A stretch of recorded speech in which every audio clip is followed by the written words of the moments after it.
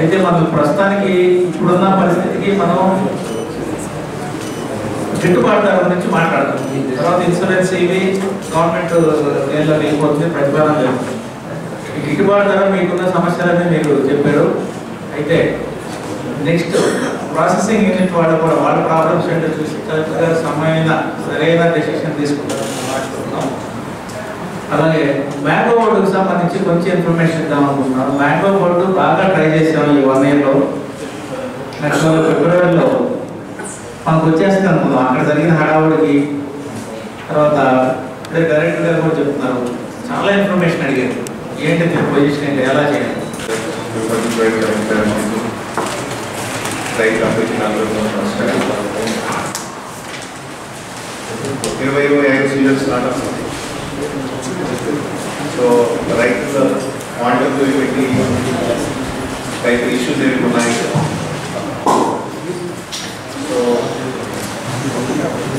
రైతు basically issues రైతు point of view జిల్లా స్థాయి అధికారి అర్థం చేసుకుంటారు. ఈ మీటింగ్ ద్వారా రాష్ట్ర స్థాయి అధికారి కూడా అర్థం చేసుకుంటారు. సందర్భంగా ఈ మీటింగ్ జరిగింది. ఫస్ట్ మీటింగ్ రైతుతో ఉంటుంది, తర్వాత మీటింగ్ ప్రొసెస్ ఉంటుంది.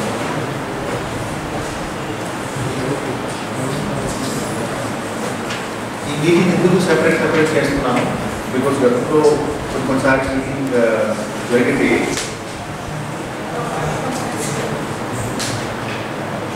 ఎజెండా గురించి ఆర్ ఇంపార్టెంట్ ఇష్యూస్ గురించి డిస్కషన్ జరుగుతుందా, వేరే ఇష్యూస్లో డిస్కషన్ జరిగింది.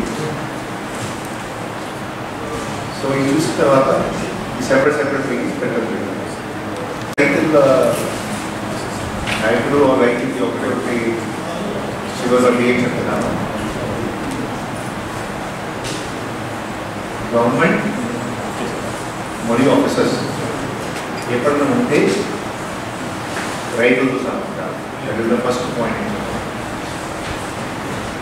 గవర్నమెంట్ మరియు ఎప్పుడైనా ఉంటే వాళ్ళు రైతులతో సమాచారం.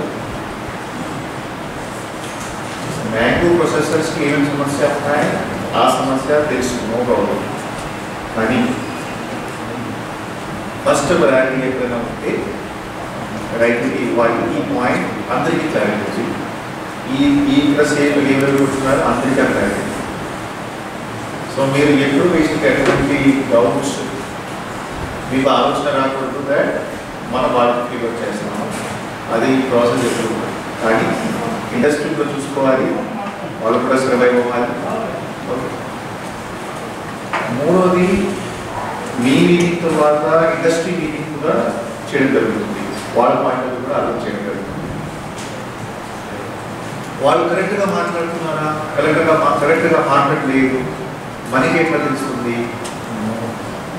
సో ఈ సందర్భంగా నేను పర్సనల్గా ఇండస్ట్రీస్ ఇప్పుడు విజిట్ స్టార్ట్ చేశాను. ఆల్రెడీ విజిట్ స్టార్ట్ చేశాను. ఎంత స్టాక్ ఉంది, ఎంత స్టాక్ ఇంకా అమ్మలేదు, ఎంత స్టాక్ అమ్మడం జరిగింది కానీ లిఫ్టింగ్ జరగట్లేదు, వాళ్ళు మిడిల్ మ్యాన్స్కి ఎంత ప్రైస్కి అమ్ముతున్నారు, మిడిల్ మ్యాన్ ద్వారా కంపెనీస్కి ఎంత ప్రైస్కి అమ్మడం జరుగుతుంది, 23 స్టాక్ ఎంత ఉంది, 24 స్టాక్ ఎంత ఉంది, మనం డీటెయిల్గా వచ్చేసి అర్థం చేసుకుంటున్నాం. So that decision making correct ఉంటుంది.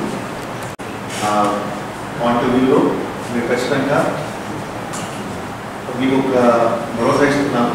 మీతో సహా ఫస్ట్ ప్రయారిటీ అంటే ఫార్మర్స్, సెకండ్ ప్రయారిటీ అంటే ప్రొసెసర్స్. ఇది సేమ్ పాయింట్ ప్రొసెసర్స్ కూడా చెప్పడం జరుగుతుంది. ఓకే.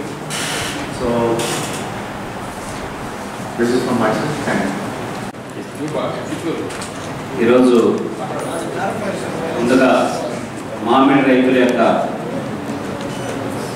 కష్టాలు తెలుసుకోవడానికి డిపార్ట్మెంట్ తరఫున ఈ కార్యక్రమం ఏర్పాటు చేసిన చిత్తూరు జిల్లా కలెక్టర్ గారికి, అలాగే కార్యక్రమానికి చేసిన శ్రీనివాస్ గారికి, ఇతర పెద్దలకి, అలాగే వచ్చిన మామిడి రైతులందరికీ నమస్కారాలు.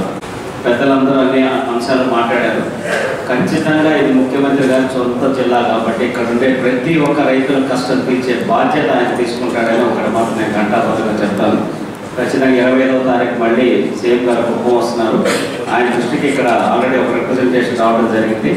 దాన్ని కలెక్టర్ గారు మేము కలిసి మాకు 25వ తారీఖు రివ్యూ ఉంది. ఆ రివ్యూలో కూడా ఈ అంశాన్ని పెట్టి చర్చించి మ్యాక్సిమం బెస్ట్ రిజల్ట్స్ ఏమి తీసుకురావాలో తీసుకొచ్చేదానికి కృషి చేస్తామని తెలియజేస్తూ, అట్లాగే మ్యాంగో బోర్డు దానికోసం నిజంగా అదొక మంచి అవకాశం, అది మనం సాధించుకోగలిగితే అది కూడా ముఖ్యమంత్రి గారి దృష్టికి తీసుకెళ్ళి మన ఎంపీ గారు చాలా బాగా కృషి చేస్తున్నారు. దానికి కూడా ఆయనకు మనస్ఫూర్తిగా ధన్యవాదాలు తెలియజేస్తూ, మీ అందరి సమస్యలు తీర్చేదానికి ఇక్కడ వేదిక మీద మేమందరం కలిసి బాధ్యతాయుతంగా ప్రయత్నం చేస్తామని తెలియజేసుకుంటూ సెలవు తీసుకుంటున్నాను. Thank you.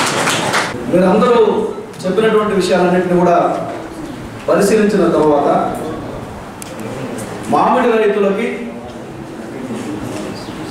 సపోర్టింగ్ ప్రైస్ ఇవ్వడం అనేది ప్రభుత్వం బాధ్యత. మేము కూడా మీ తరఫున మా తరఫున ప్రతిపాదన చేయాల్సినటువంటి మొట్టమొదటి అంశం. అయితే ఎంతకాలం మనం సపోర్టింగ్ ప్రైస్తో నడపాలి, దీనికి ఒక శాశ్వతమైనటువంటి పరిష్కారం ఏంటి అనేది కూడా ఒక చర్చ జరగాలి. నేను ఇందాక రైతు నాయకులందరూ చెప్పినట్లుగానే ప్రాసెసింగ్ యూనిట్లు కానీ లేకపోతే ఉన్నటువంటి మామిడి రైతులు కానీ ఎక్కువ మంది పొగల పట్ల ఉన్న కారణం దృష్ట్యా అసెంబ్లీలో ప్రస్తావించడం జరిగింది, ముఖ్యమంత్రి గారి దగ్గర ప్రస్తావించడం జరిగింది. 3 పర్యాయాలు తిరుమల తిరుపతి దేవస్థానం చైర్మన్ గారితో కూడా ప్రస్తావించడం జరిగింది. ఎందుకంటే ఒక శాస్త్రీయమైనటువంటి అధ్యయనం దాని మీద ఎప్పుడూ జరుగుతుంది. ఎందుకంటే ఒక పంట పెట్టిన తర్వాత 5 నుంచి 6 సంవత్సరాలకి పంట మొదలైతే 10 సంవత్సరాలకి దాని యొక్క ఫుల్ ఈల్డింగ్ వస్తుంది. 10 సంవత్సరాలు పంట వచ్చిన తర్వాత చెట్టుని ఈరోజు కొట్టేస్తే 50 సంవత్సరాల పొలం పోతుంది. కాబట్టి ఒక దూరదృష్టితో ఒక దీర్ఘమైనటువంటి ప్రణాళికతో ఈ సమస్యని అధిగమించాలన్నటువంటి ఆలోచన మొదలు పెట్టడం జరిగింది. నేనైతే గవర్నమెంట్కి ఒక ప్రతిపాదన చేయదలుచుకున్నాను. ఖచ్చితంగా దీని మీద ఒక అధ్యయనం చేయడం కోసం ప్రొఫెసర్స్తో ఆఫీసర్స్తో ఒక ఇన్స్టిట్యూట్ని ఏర్పాటు చేయాలి. మామిడి రైతులకి నష్టం వాటిల్లదు, మామిడి రైతుల కష్టం వృధాగా పోదు. ఇది నారా చంద్రబాబు నాయుడు గారి ప్రభుత్వం, ఇది మంచి ప్రభుత్వం. ఈ ప్రభుత్వంలో మీ కష్టం వృధా పోదు, మీకు నష్టం వాటిల్లదని భరోసా ఇచ్చే ప్రయత్నం చేస్తున్నాం. ఈ సీజన్ వచ్చినప్పుడు మనం గ్యాప్ ప్రైసింగ్ కోసం కానీ దీనికోసమే మాట్లాడుతున్నాం. కానీ బెటర్ ప్రోడక్ట్స్ అంటే ఇప్పుడు మనకి ఎక్స్పోర్ట్ మీద పూర్తిగా చిత్తూరు జిల్లా మర్చిపోయింది. పూర్తిగా మనం ఎంతసేపు పల్పు మీదే ఆధారపడుతున్నాం. మన ఎకరేజ్ కూడా చూసామంటే ఎక్కువ శాతం తోతాపూరి మీదే మనం కాన్సన్ట్రేట్ చేస్తున్నాం.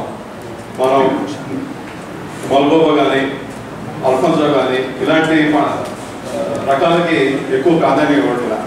కానీ ఇంటర్నేషనల్గా చూస్తే దీనికి ప్రైస్ ఎక్కువ. మీకు తోట దగ్గర 100 రూపాయలకి తీసుకెళ్ళే పరిస్థితి ఉంది. మనం ఎంతసేపు ఉన్నా కూడా ఈ 10 రూపాయలు 5 రూపాయలు అంటే ఈ దిగుబడి ఎక్కువ వస్తుంది, కష్టం తక్కువ ఉంటుందని చెప్పి ఒక ధోరణితో మనం ఎక్కువ మంది కూడా తోతాపూరి మీదే పోతా ఉన్నాం, ఈ బెంగళూరు కాలేజ్ చెప్పేసి.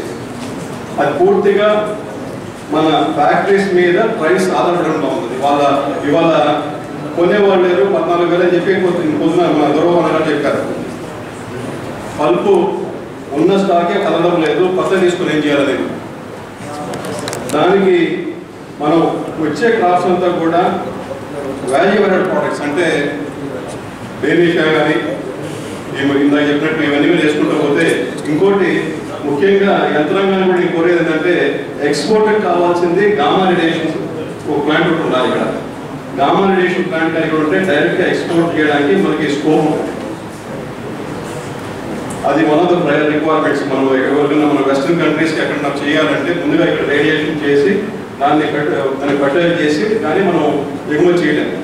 అది కానీ ఇక్కడ పెట్టగలిగితే